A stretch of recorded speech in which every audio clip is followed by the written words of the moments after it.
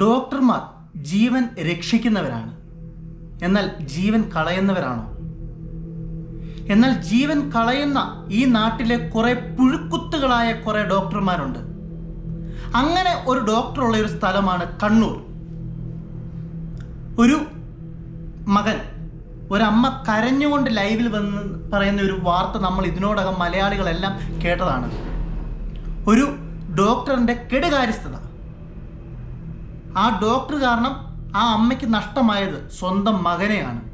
ടോൺസിലൈറ്റ് ആയിട്ട് ഹോസ്പിറ്റലിൽ വന്നതിന് ശേഷം അവർ അനുഭവിച്ച വേദനകളും ത്യാഗങ്ങളും അവർ പറയുന്നത് കേട്ട് കഴിഞ്ഞാൽ നമ്മൾ വീണ്ടും എങ്ങനെയാണ് പ്രതികരിക്കേണ്ടതെന്ന് പോലും നമുക്ക് മനസ്സിലാകുന്നതിനും അപ്പുറമായിരിക്കും. കൂടുതൽ ഞാൻ പറയുന്നില്ല, നമുക്ക് നേരെ വീഡിയോയിലേക്ക് കടക്കാം.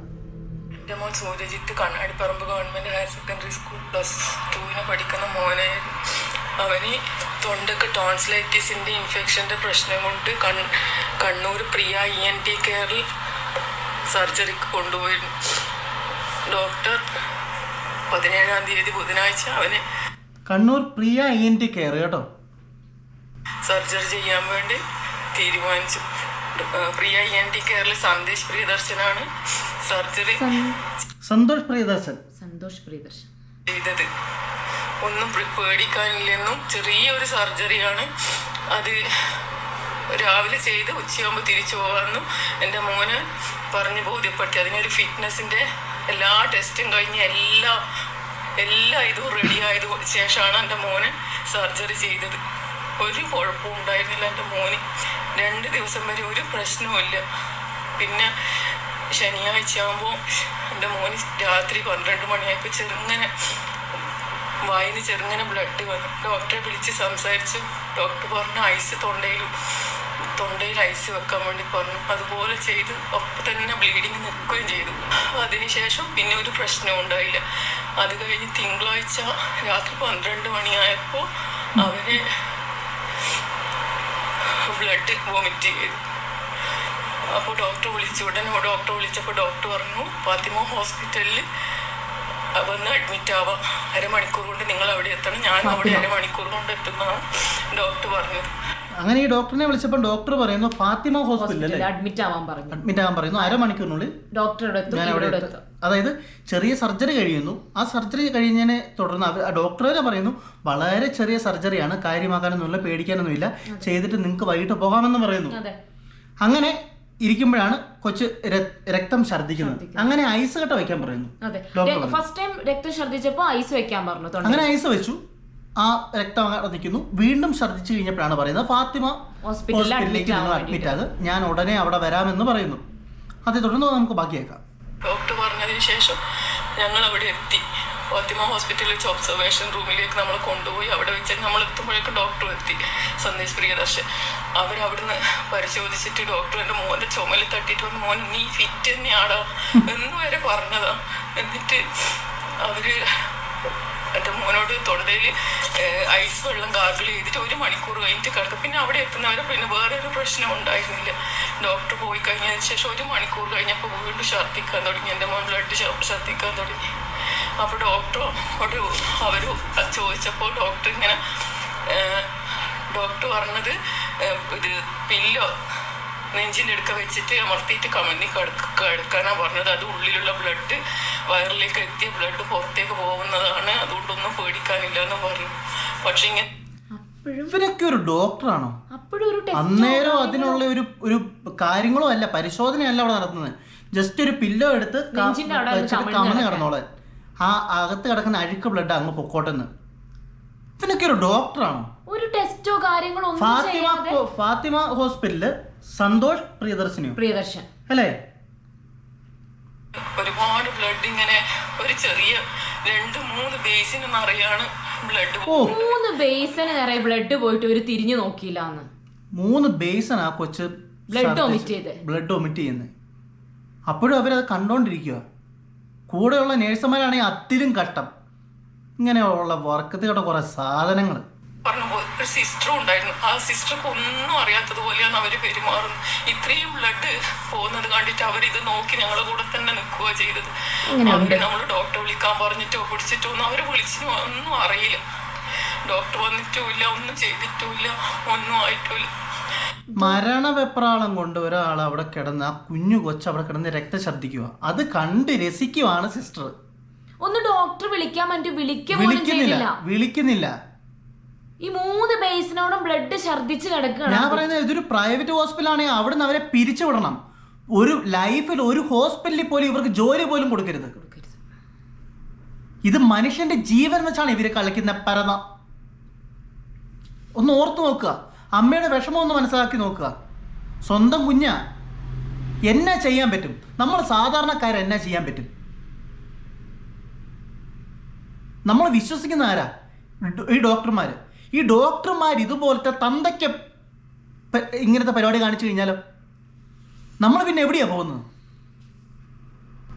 എൻ്റെ മോന് വേദന കൊണ്ട്, പിന്നീട് വയറുവേദന കൊണ്ട് പൊളയാൻ തുടങ്ങി. അതും അവരെ പറഞ്ഞ് ബോധ്യപ്പെടുത്തും. അവർ പറഞ്ഞ് ഈ ചെയ്യുന്ന ഇഞ്ചക്ഷൻ കഴിഞ്ഞ് കഴിഞ്ഞാൽ മാത്രമേ എന്തെങ്കിലും മരുന്ന് കൊടുക്കാനൊക്കെ പറ്റൂ എന്ന് പറഞ്ഞു. രാത്രി 12 മണി കഴിഞ്ഞ് 1 മണി 2 മണി എല്ലാം കഴിഞ്ഞ് എൻ്റെ മോന് 6 മണിയാവാനായപ്പോൾ എൻ്റെ മോന് വേദന കൊണ്ട് പടയാൻ തുടങ്ങി. അവർ 6 മണിയായപ്പോൾ ഒരു ഇഞ്ചക്ഷൻ കൊടുത്തു. ആ സിസ്റ്റർ ആണെങ്കിൽ ആരെയും വിളിക്കുന്നോ പിടിക്കുന്നോ ഒന്നുമില്ല. നമ്മൾ പറഞ്ഞു ഡോക്ടർ അങ്ങനെ ഉണ്ടാവും എന്നാ പറഞ്ഞു. ഡോക്ടർ അങ്ങനെ ഉണ്ടാവുന്ന ആ സിസ്റ്ററിന്റെ കൂടെ പേരൊന്ന് വെളിപ്പെടുത്തി. അവര് ഡോക്ടറിനെ വിളിക്കുന്നില്ലെന്ന്. ഇതൊക്കെ സംഭവിക്കുന്നവര് പറയുന്നത് രാത്രി 2 മണിക്ക് ശേഷം കിടന്ന് പെടയുക. അന്നേരം വേദനയ്ക്കുള്ള ഇഞ്ചക്ഷൻ വന്ന് കൊടുക്കും. അങ്ങനെ ഉണ്ടാകുമെന്ന് ഞാൻ പറയുന്നത്. ഇതുപോലുള്ള ഹോസ്പിറ്റലിൽ പോലും ആരും പോകരുത്. ആ ഹോസ്പിറ്റൽ പൂട്ടിക്കണം, ഒരിക്കലും പോകരുത്. ബാക്കിയുള്ള ഡോക്ടർമാരെ കൂടെ നാണം കെടുത്തുന്ന ഇങ്ങനത്തെ കുറെ പരനാറികളുണ്ട്. സത്യം, ഉള്ളിലുള്ള ബ്ലഡ് പുറത്തു പോവാനാണ്. നമ്മൾ എന്ത് പറഞ്ഞിട്ടോ അവർ ഡോക്ടർ ഒന്നും വന്നിട്ടുമില്ല, ഒന്നുമില്ല. ഒരു 9 മണിയാകുമ്പോൾ ഡോക്ടർ തിരിച്ചു വരുന്ന പറഞ്ഞിട്ടാണ് തലേന്ന് പോയത്.